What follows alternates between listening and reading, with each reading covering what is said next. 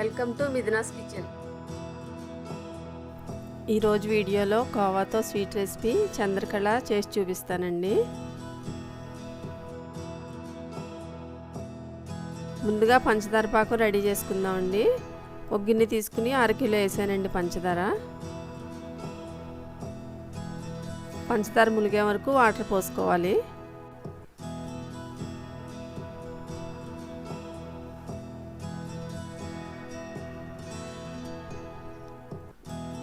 ఇప్పుడు ఇందులో 2 టేబుల్ స్పూన్లు పాలు వేసానండి.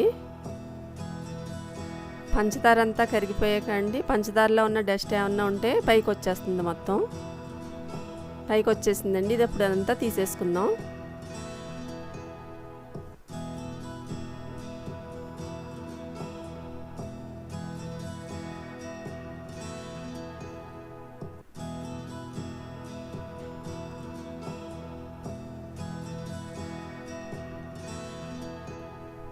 గులాబ్ జామ్ పాకం కన్నా కొంచెం మొదల పాకం వస్తే సరిపోతుందండి. పాకం ఉడికిపోయింది. స్టవ్ ఆపేసుకుని ఇందులో కేసరి ఫుడ్ కలర్ వేస్తున్నానండి.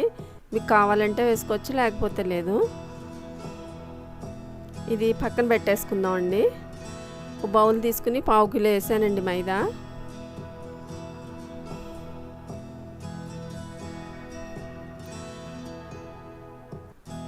డెబ్బై గ్రాములు నెయ్యి వేస్తున్నానండి. వేడి చేసి వేసాను కొంచెం లైట్గాని. ముందుగా మైదా నేతిలో బాగా కలుపుకోవాలి.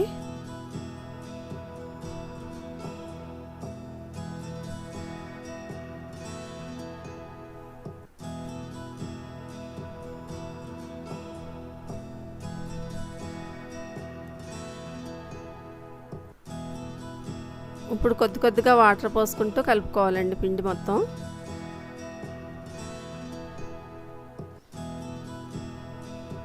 మరీ ఎక్కువగా ప్రెస్ చేయకుండా లైట్గా అలా కలుపుకోవాలి. ఇలా కలుపుకుంటే సరిపోతుందండి.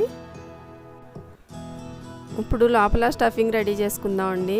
ప్లెయిన్ కోవా 150 గ్రాములు తీసుకున్నానండి. ఇప్పుడు ఇందులో 1 టేబుల్ స్పూను పంచదార పొడి వేసాను. డ్రై ఫ్రూట్స్ మీ దగ్గర ఏ ఉంటాయి వేసుకోవచ్చండి. నేను బాదం జీడిపప్పు వేసాను.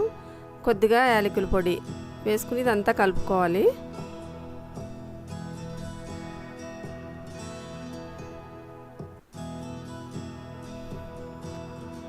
ఇలా చిన్న చిన్నగా ఇలా పొడవుగా చేసి పెట్టుకోవాలండి.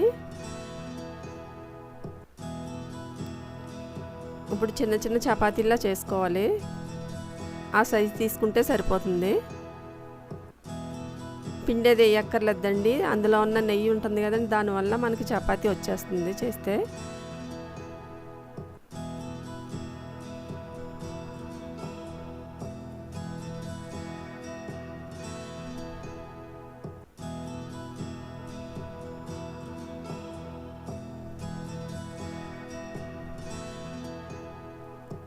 ఇలా చేసుకుంటే సరిపోతుందండి. కొంచెం దలసరిగానే ఉండాలి.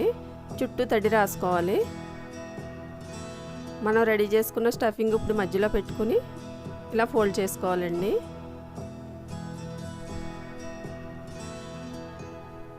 ఫోల్డ్ చేసుకుని 2 పక్కల అలా చేత్తో వత్తాలండి. బయటికి రాకూడదు లోపల పెట్టిన కోవా. ఇప్పుడు ఇలా ప్రెస్ చేసుకున్నప్పుడే మనం జాగ్రత్తగా గట్టిగా ప్రెస్ చేసుకోవాలండి. లేకపోతే ఆయిల్ వేసి ఫ్రై చేసుకున్నప్పుడు కోవా బయటకు వచ్చేసి ఆయిల్ మొత్తం పాడైపోతుంది.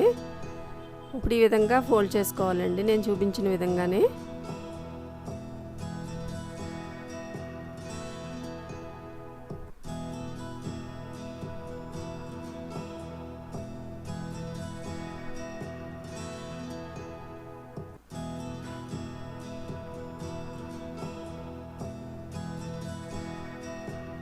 ఇలా చేసుకోవాలండి. మొత్తం అన్నీ ఇలాగే రెడీ చేసుకోవాలి.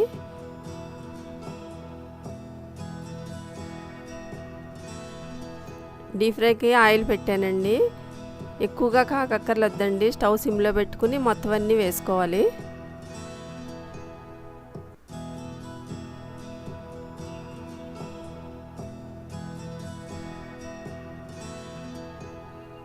వాటికి అవే పైకి వస్తాయండి. అప్పుడు మనం స్టవ్ హైలో పెట్టుకోవాలి.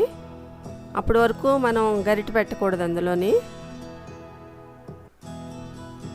అలా ఒకటొకటిగా వస్తూ ఉంటాయండి పైకి. ఇప్పుడన్నా పెద్ద గరిటెది పెట్టి అనకూడదండి, పైన చిన్నదాంతో అలా అనుకోవాలి.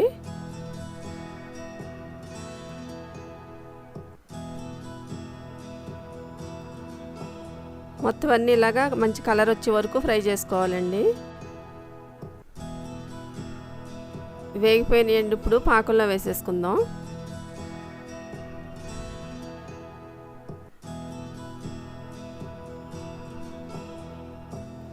పాకంలో వేసుకున్నాక 10 నుంచి 15 నిమిషాలు ఉంచుకుంటే అండి అలా పాకం బాగా పీల్చుకుంటాయి. రెడీ అయిపోయినాయండి. మీరు ట్రై చేసి చూడండి. నచ్చితే నా ఛానల్ని లైక్ చేయండి, షేర్ చేయండి, సబ్స్క్రైబ్ చేయండి.